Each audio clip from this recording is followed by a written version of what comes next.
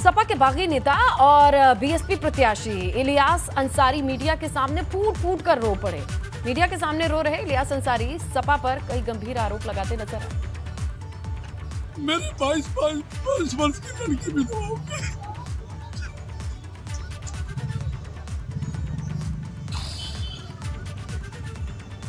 मैंने इस राजनीति में हमेशा अपने पार्टी को अपने परिवार से ऊपर समझा। पूरा जीवन समाजवादी पार्टी से,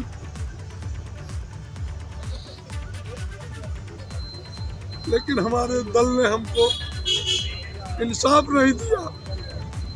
हो सकता है ईश्वर को, अल्लाह को, भगवान को यही मंजूर हो। आगे बढ़ते हैं। केंद्रीय गृह राज्य मंत्री अजय मिश्र टेनी के बेटे आशीष मिश्र को जमानत मिलने के बाद उनकी रिहाई का मामला फंस गया है। हाईकोर्ट ने जमानत के आदेश पर हत्या और साजिश की धाराओं का जिक्र नहीं किया है, जिसके बाद अब आशीष के वकील को जमानत ऑर्डर को संशोधित करने के लिए फिर से कोर्ट में अर्जी देनी होगी। यही नहीं, हत्या और साजिश की धाराओं को जोड़ने के बाद ही आशीष की रिहाई का ऑर्डर दिया जाएगा।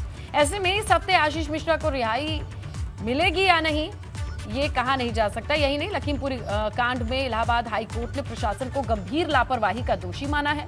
हाईकोर्ट ने लखीमपुर में धारा 144 लागू होने के बाद भी तिकुनिया और बनवीरपुर में जुटी भीड़ पर सख्त रुख अपनाया है। हाईकोर्ट ने माना कि कुछ लोगों की राजनीतिक फायदे के लिए निर्दोष लोगों को बुलाकर एकजुट किया गया, लेकिन जिला प्रशासन को इसकी जानकारी होते हुए भी आयोजकों के खिलाफ कोई कार्रवाई नहीं हुई है।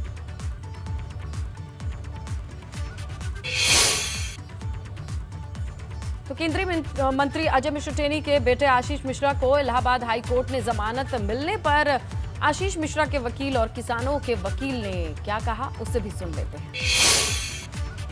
जजमेंट ओपन कोर्ट में डिलीवर हुआ है, उसमें केवल ये सुनने को मिला है कि उनकी जमानत ग्रांट हो गई है, लेकिन जो है हम लोगों ने जजमेंट अभी पढ़ा नहीं है, तो जजमेंट के विषय में हम कुछ बता नहीं सकते हैं। घटना के समय, जिस समय क्राइम हुआ, उस समय आशीष मिश्रा 4 किलोमीटर दूर दंगल सिरोमनी में मौजूद थे, जिसके 192 एफिडेविट एसआईटी को दिए गए और वो एफिडेविट हम लोगों ने कोर्ट के सामने रखे और वही हमारा आर्गूमेंट था बेल के लिए। तो ये कहना हमारा था कि हम घटना के समय वहाँ पे मौजूद नहीं थे। 18 जनवरी को आशीष मिश्रा की बेल लगी थी हाईकोर्ट की बेंच में और ऑनलाइन कोर्ट चल रहा था, तो हमारी बहस पूरी नहीं हो पाई थी।